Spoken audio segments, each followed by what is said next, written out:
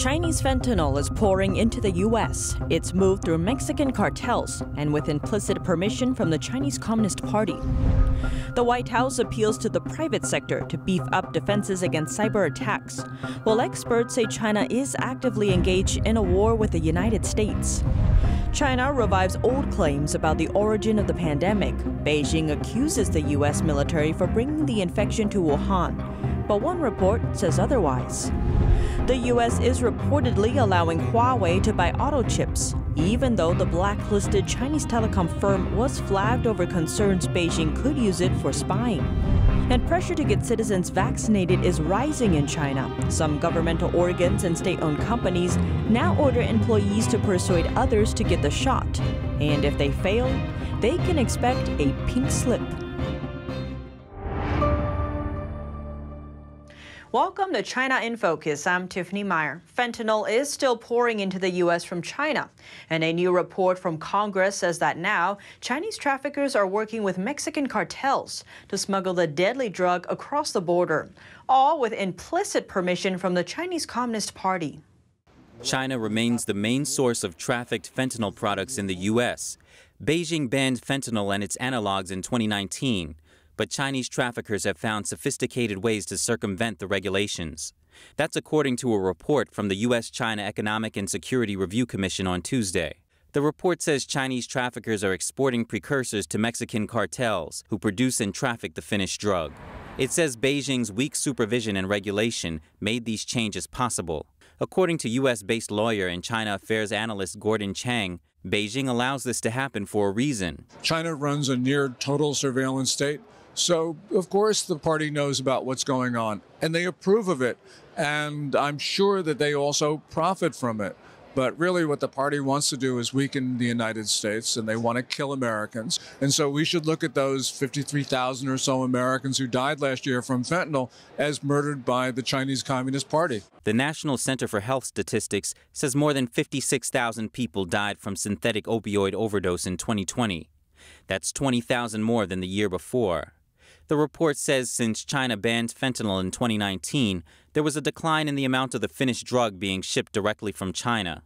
According to the U.S. Drug Enforcement Administration, fentanyl now mainly comes from Mexico, and its precursors are from China. It's a sign that Chinese traffickers have increased their coordination with Mexican cartels. These cartels control areas that manufacture finished fentanyl from the China-sourced precursors. They then smuggle the drug into the United States. The report said the growing involvement of Mexican cartels in advanced money laundering schemes have exacerbated the problem. Meanwhile, cooperation between the U.S. and China in dismantling illegal fentanyl networks is weak. The report says there remain significant gaps in U.S.-China anti-drug cooperation, especially in enforcement and criminal prosecution.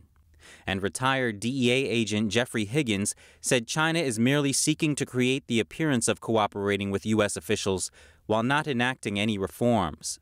Chang says he believes fentanyl is part of Communist China's unrestricted warfare toward the U.S., and the war waged has overwhelmed U.S. institutions. And if we want to keep our country, we're going to have to take down those contacts until we can be sure we can manage this unrelenting, malicious. China's foreign ministry denies the report's accusations.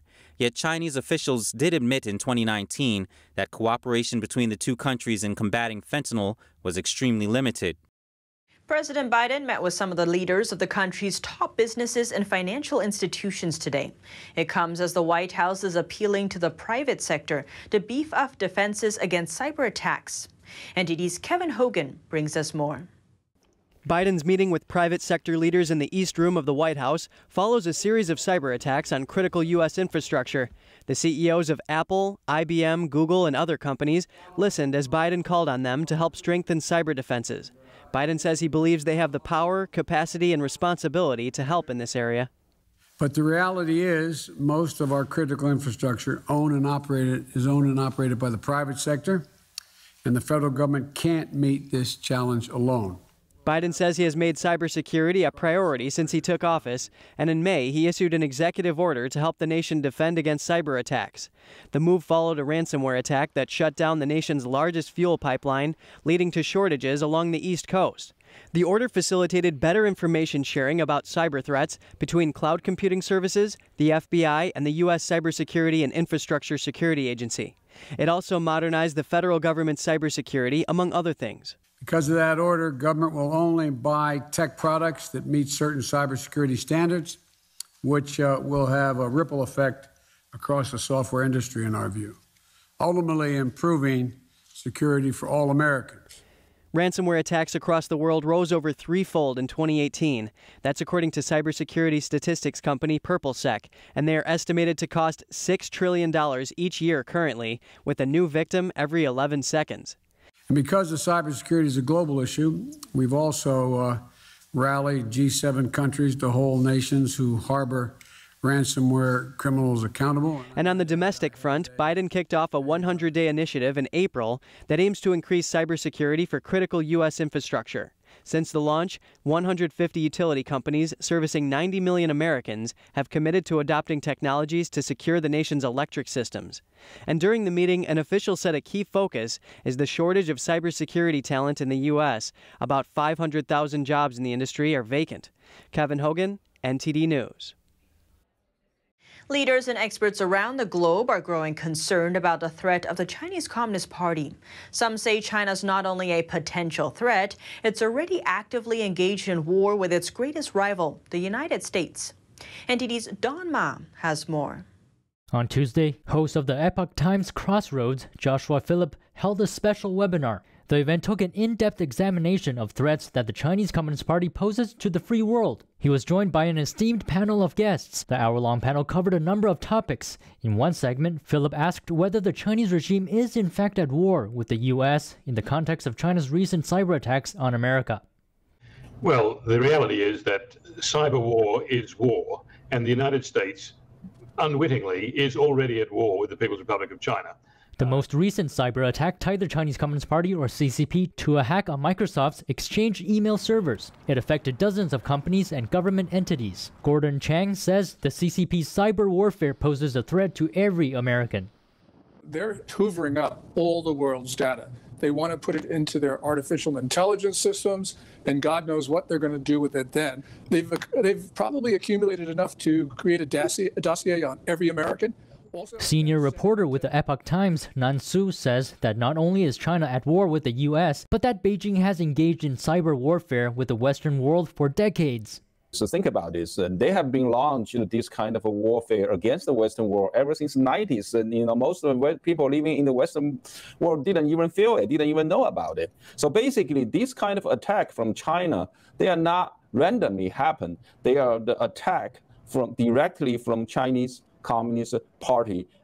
Casey Fleming, CEO of a cyber threat consulting firm, makes it clear that China doesn't want to coexist peacefully with the U.S. Their values are diametrically opposed with our values. The Chinese Communist Party will never coexist with any other nation state. Basically, the war that they are engaged in against every man, woman, and child in America and all of our allies is unrestricted war. And that's everything short of conventional warfare. What that means is they want to weaken our economy. They want to weaken everything to do with us. Drug warfare, education warfare, telecommunications warfare, cyber warfare, religious warfare. There's literally over 100 different methods of unrestricted hybrid warfare. Fleming adds that since the CCP is already at war with the U.S., Americans have to assume that everything it does carries the intent of superseding the U.S. We have to assume that the CCP, every piece of technology coming out of China has been weaponized. If it can be weaponized, it will be weaponized, whether it's a charge cable, whether it's an appliance, an air conditioner. You just have to assume that everything is weaponized from the CCP. Nan Su puts China's threat into perspective. You wouldn't find any other regime in the history of mankind will even come close to what the kind of danger the Chinese Communist regime has imposed to today's world. So Su says in order to deal with the CCP, democratic nations must stop investing in China. Previously, some believed that China's modernization would shift the country more towards democracy, but actions show that theory hasn't worked in practice. Don Ma, NTD News. A new report from Duke University says data brokers in the U.S. are risking national security by selling information on U.S. military personnel. Data brokers are companies that collect and sell data for a variety of uses. Critics say the industry is ripe for abuse. At least 3 large companies are selling information on active duty U.S. military personnel. That's according to a Duke University report released on Monday. The study surveyed major data brokers in the United States, including LexisNexis, Axiom, and Nielsen. These companies typically buy and sell online information in bulk, used to promote legitimate businesses like credit scoring, advertising, and research. But critics say the data brokerage industry has become virtually unregulated. The Duke report cautioned that the data advertised by these brokers, spanning everything from financial transactions, histories, and internet browsing patterns to travel interests and support for political causes and organizations, could be used by foreign entities for a range of national security damaging activities. As detailed in the report, foreign powers may benefit by building profiles on senior U.S. military personnel involved in key decisions relevant to a foreign power, or even building profiles on their family members and close acquaintances, seeing as some data brokers openly and explicitly advertise their ability to map network connections between individuals. The Duke report follows recent revelations about how governments use bulk data for intelligence and espionage. In December, Foreign Policy magazine published findings on the Chinese regime's use of stolen U.S. datasets to expose CIA operatives. The U.S. is reportedly allowing Huawei to buy auto chips. The blacklisted Chinese telecom firm was flagged over concerns Beijing could use its gear for spying. U.S. officials gave a green light to companies looking to sell microchips to the blacklisted Chinese tech giant Huawei, helping to fuel the firm's vehicle parts business. The approval are worth hundreds of millions of dollars. That's all according to 2 people familiar with the matter. Huawei is the world's biggest maker of telecom gear, but it's been stumbling under the Trump-era bans against it buying U.S. products. Reuters reports, in recent months, the U.S. has given approval to suppliers to sell Huawei chips that go in car parts, including video screens and sensors. Auto components generally aren't considered sophisticated, and Huawei has pivoted toward items that are less likely to fall under U.S. bans. The Biden administration has continued to ban Huawei from buying chips that would go in 5G-capable devices like smartphones. The U.S. has also pushed allies to exclude Huawei from their 5G networks, citing concerns Beijing could use Huawei gear for spying. When asked about the licenses, a Commerce Department spokesperson said the government continues to apply licensing policies to restrict Huawei's access to commodities, software, or technology for activities that could harm U.S. national security and foreign policy interests. A Huawei spokeswoman declined to comment. Leo Lee, NTD News. Vice President Kamala Harris kicked off her Vietnam visit today. During a meeting in the capital, Hanoi, she called on Vietnam to join the U.S. in challenging China's bullying in the South China Sea. Here's more. Vice President Kamala Harris held a bilateral meeting with Vietnam's top leaders during her visit to the country. Speaking to the Vietnamese president, Harris noted the need to counter Beijing's increasing assertiveness in the South China Sea. We need to find ways to pressure and raise the pressure, frankly, on Beijing to abide by the United Nations Convention on the Law of the Sea and to challenge its bullying and excessive maritime claims. In a briefing, Harris called for an end to the violence and military coup in Burma or Myanmar. She also pledged that the U.S. would provide another 1 million doses of COVID-19 vaccines to Vietnam. The country is now grappling with surging infections while vaccination rates remain low. Harris also announced the launch of a new Southeast Asia office for the U.S. CDC. The vice president is currently on the second stop of her week-long Asia trip after concluding a 3-day visit to Singapore. Wall Street and Beijing are meeting up. A source told Reuters on Wednesday that a group of Wall Street figures and Chinese officials plan to speak virtually for the first time this year. On the docket, strengthening financial ties and bilateral relations. The meeting group is called the China-U.S. Financial Roundtable. Formed in 2018, its most recent meeting was held last October. The group is co-chaired by former Chinese Central Bank Governor Zhou Xiaochuan and John Thornton, a veteran of Goldman Sachs Group and chairman of Barrick Gold Corp. The meeting is planned for this fall. The roundtable did not immediately respond to a request for comment. A new U.S. intelligence review on the origin of the pandemic is due for release. But ahead of time, Beijing is taking the offensive. In the past few weeks, Chinese state media outlets have been amplifying a claim that the virus was brought to Wuhan by the U.S. military, though a new investigative report is debunking the accusation. A new propaganda campaign has been cropping up in China in recent weeks. Chinese state-run news sources have resurrected an old claim that the CCP virus, which causes the COVID-19 disease, came from the U.S. That's ahead of the release of a U.S. intelligence report about the pandemic's origin. U.S. President Joe Biden ordered the probe in May. Previously, suspicions that the virus leaked from a Wuhan lab had been dismissed, written off as a conspiracy theory. But now, ahead of the new report's release, Beijing appears to have gone on the offensive. China's state-run television broadcaster CCTV ran its own report suggesting the U.S. military may have introduced the virus to the country during an athletic event. It says during the Military World Games 2019, 5 U.S. military contestants developed symptoms of infectious diseases, such as fever, coughing, and diarrhea, and were rushed to Jinyintan Hospital, a famous infectious disease hospital in Wuhan. The Games were held in October 2019. They attracted thousands of athletes from around the world, including a few hundreds from the U.S. But according to U.S.-based media Voice of America, none of the 5 athletes were identified as U.S. citizens. Instead, a hospital director once told Chinese media that the 5 foreign athletes who received treatment actually suffered from malaria. He added that the incident had nothing to do with COVID-19. The CCTV report claimed the preliminary diagnosis was malaria, then noted that malaria only exists in places with extremely poor hygiene conditions, such as Africa. The report later questioned how U.S. soldiers got malaria if they weren't suffering from COVID-19. At the time, local Chinese media reported that 2 of the 5 sick athletes were from Africa. No mention was made of American athletes.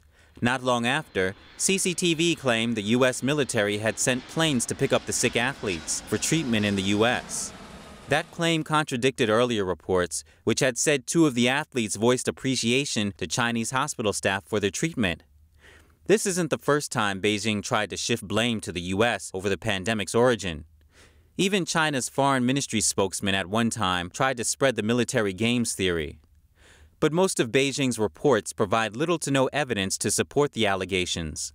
The first cases of COVID-19 were reported in Wuhan, China in December 2019. A U.S. military official told the Washington Post he has no knowledge of American troops falling ill with COVID-19-like symptoms during the athletic event in China. While a British study posited that the pandemic may have started as early as October 2019, around 2 weeks before the games in Wuhan. America's Johns Hopkins University says it doesn't recognize the Chinese vaccines Sinopharm and Sinovac on its campus. The university requires faculty and students to get vaccinated. Those who are already inoculated but with Chinese shots will have to get revaccinated. Their statement says that while the Chinese vaccines and some others are authorized by the World Health Organization, they are not approved by the U.S.'s Food and Drug Administration, and that certain vaccines may not be as effective against the Delta variant. Authorities ordered a Chinese city of 6 million people under half lockdown for 2 weeks. But there were no cases of the CCP virus reported, not by local media and not by the authorities. It roused suspicion about a possible cover-up. A resident in central China's Xinyang city told the Epoch Times one of the districts issued a notice on August 8th. They forbid performances and gatherings of more than 100 people and closed all internet bars and many other entertainment venues. Later, they shut down restaurants and whole neighborhoods. Entrances to parks were blocked, and so were some roads. But on Tuesday, some of the restrictions were suddenly lifted. Residents said they don't know why, and they were offered no explanation. Former microbiologist with the U.S. Army, Sean Lin, tells the Epoch Times that in China, if city officials report virus infection cases, they'll be criticized. Officials at higher levels will blame them for managing the pandemic poorly and demote them. As a result, officials at lower levels don't ever dare to reveal the true case numbers. Pressure to get citizens vaccinated is hitting officials in China hard. Some bodies of the communist government and other state-owned entities are ordering employees to persuade others to get the shot. And for anyone who fails to convince 2 others to get inoculated, a pink slip is on its way. Here's more. Chinese media are reporting a new requirement from Chinese Communist Party leader Xi Jinping, setting a new standard. He says that 1.1 billion people should get fully vaccinated via 2 shots by the end of October. That figure accounts for nearly 80% of the country's population. But in order to achieve that vaccination rate, locals are setting up various regulations to force vaccination. One Chinese citizen tells NTD that high-level authorities criticized his area's local leader for not getting enough people vaccinated. So now the local ministry is asking all employees from state-owned companies to get the jab within just 3 days.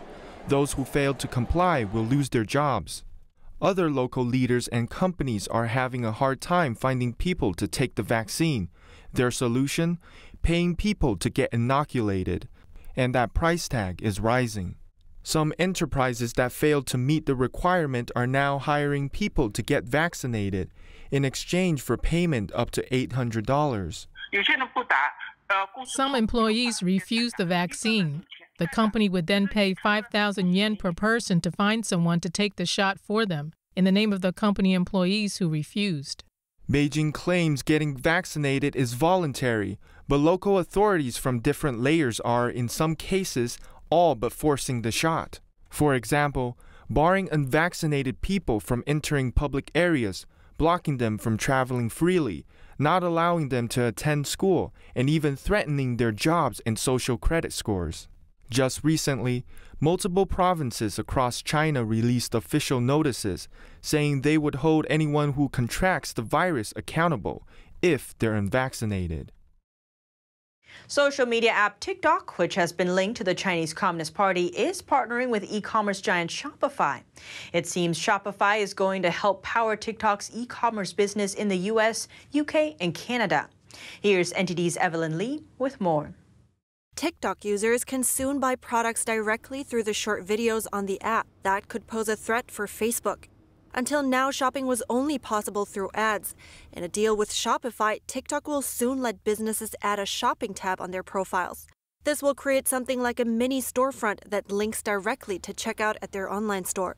The video app hopes to replicate the success of Douyin, its twin app for the Chinese market. TikTok is working with merchants in markets like the US, UK, and Canada to find ways they can sell products to millions of users directly. ByteDance is the company that owns both Douyin and TikTok and is based in Beijing. It came under intense scrutiny during the Trump administration, which banned TikTok and other Chinese apps because of security concerns. Chinese security laws require companies to cooperate with intelligence agencies when asked to, and critics say the app could be used as a spying tool for the Chinese Communist Party. On top of that, they say that users' content could be censored when deemed politically sensitive. Evelyn Lee, NTD News. And that's all for today's China in Focus. Thanks for watching, and see you tomorrow.